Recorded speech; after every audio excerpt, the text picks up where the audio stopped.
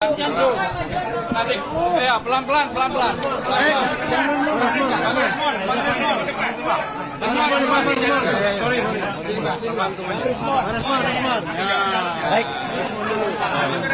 Ya, rekan-rekan sekalian, terima kasih sudah menunggu. Ya, saya nanti akan menyampaikan, nanti disambung dengan Pak Dr. Rismon Hasiolan Sianibas. Pertama-tama, terima kasih ya. Oke, kita mulai ya. Assalamualaikum warahmatullahi wabarakatuh. Alhamdulillah, kami berdua dan juga sebenarnya bersama dengan Dr. Tifa, bersama juga dengan Dr. Taufik dan juga dengan Pak Rizal Fadilah ya. Kami tadi di dalam bersama dengan tim TPUA ya, dan langsung diketuai oleh Pak Egy Sujana dan juga ada Pak Muslim Arbi, Bu Kurnia dan juga beberapa petinggi TPU yang lain.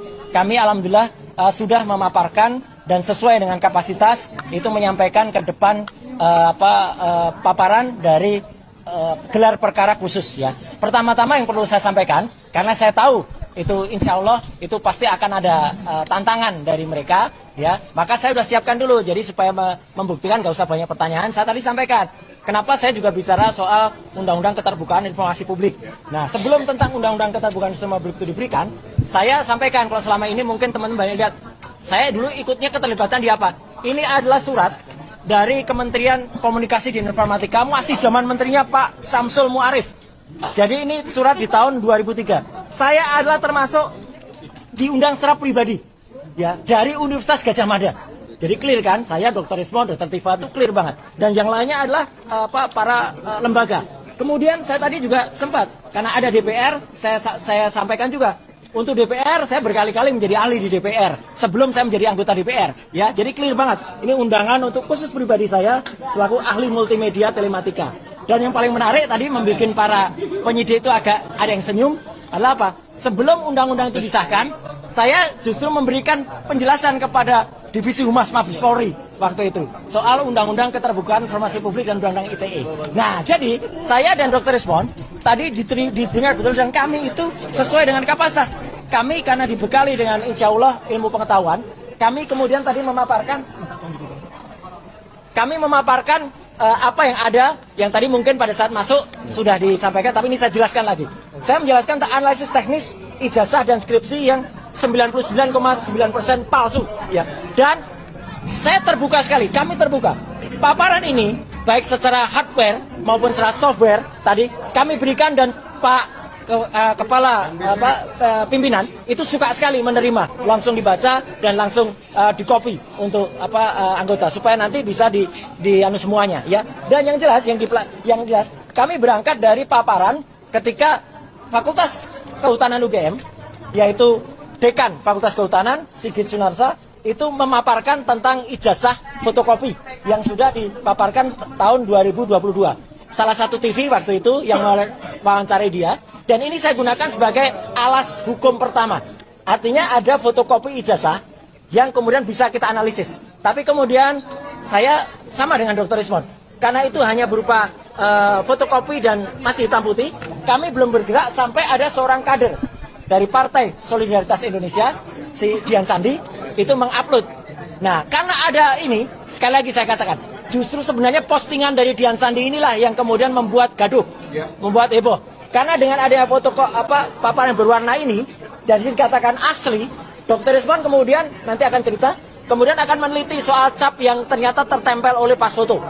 Ya, dan itu jelas banget, tadi penjelasannya jelas banget, pakai red, green, blue, berapa skalanya clear banget. Ya, jadi ini kemudian kita teliti dengan ELA, Error Level Analysis. Dan meskipun ELA ini sudah kami sampaikan, saya tunjukkan, yang namanya ELA itu adalah untuk memeriksa kalau sebuah gambar atau itu sebuah ijazah banyak rekayasanya pasti akan error. Teman-teman lihat, ini ijazah saya tahun 91. Dengan dikoreksi pakai ELA, dengan dites pakai ELA, masih ada huruf-hurufnya masih kelihatan. Bahkan kalau ini full di ELA, teman-teman bisa lihat, masih ada bekas-bekas jejaknya. Tuh, masih ada. Artinya ini asli.